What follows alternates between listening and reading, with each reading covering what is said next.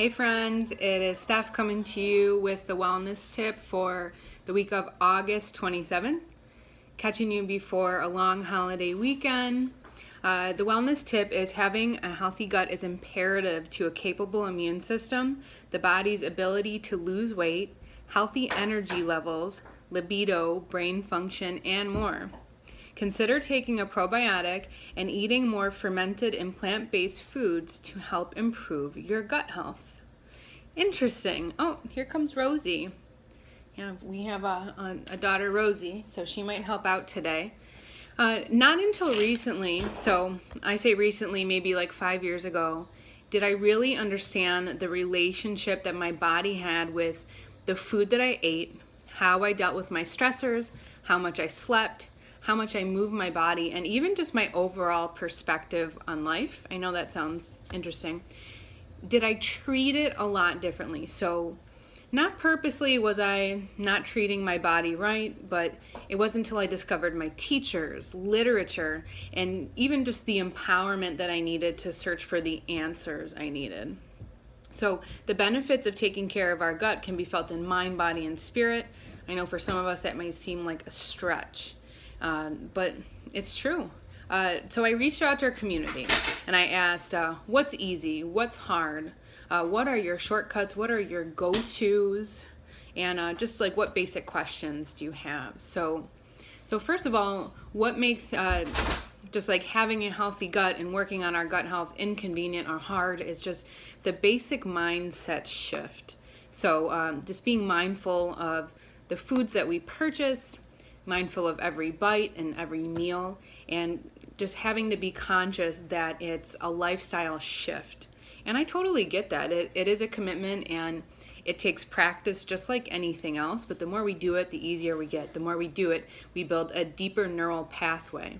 So, and then I asked, what's easy? What makes this easy? And what makes living this lifestyle easy? And being energized and happy when I'm conscious. So the benefits are so palpable with, eating a diet that caters to our gut health and living more of a stress-free lifestyle.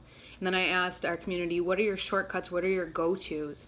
And one person said, I'd be lost without my meal prep. And that's so very important. If you're a person who isn't good at putting things together on the fly and you'll just make better decisions when you have stuff prepped, see if you can do like 10 minutes twice a week of really basic meal prep. It doesn't need to be like these crazy Instagram handles where people make 5 gourmet meals for the week. If you hear papers flying, that's Rosie taking apart my desk. And another shortcut from someone in our community is avoiding inflammatory foods. So it may not be going through our diets with a fine-tooth comb, but avoiding things like dairy, processed grains, sugars, and she also said, she talked about intermittent fasting, and we might even save that for another little session. But this is what our community came up with. And some other questions I have is, I want to start working on a plant-based diet. Me and my family are not plant-based, but we want to work on that. And so my answer to that is not everybody is fit for a plant-based diet or not. It's not healthy for everyone either. So my answer is to crowd in veggies and to crowd in fermented foods, and then start to crowd out the things that don't serve you as much. So even if you keep your plate the same, but add more vegetables to every meal, you're going to notice benefits in your gut health. And someone asked, do you take a probiotic? Yes, I do. I've been taking Garden of Life probiotics for probably about 10 years now, and I go back and forth between the shelf stable and the ones that you put in the fridge, but I really trust the brand, really like the brand. Someone else's comment was, don't eat chicken from a jar. Last week I posted a can of Gerber food that looked like mini hot dogs, and they were little chicken sticks, and I said, would you feed this to anybody? Just wondering, not trying to pass judgment, but really being conscious of what we feed ourselves, what we feed our families. And I just wanted to talk really quickly about sleep and cortisol. So sleep affects our gut health.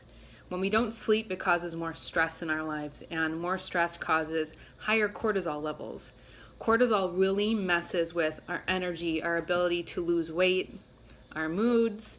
So being able to get our sleep in check, coming up with a sleep routine that serves us, going to bed within a 1 hour window, every night, getting into that routine, and then waking up within that same 1 hour window.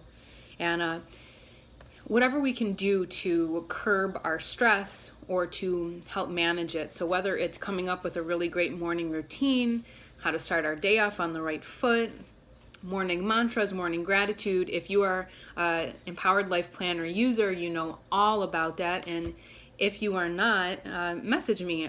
There's only a few months left this year, and I have a box of planners left. I would love to send you a planner for free just to check out. I just thought of that on the spot, so please take me up on the offer.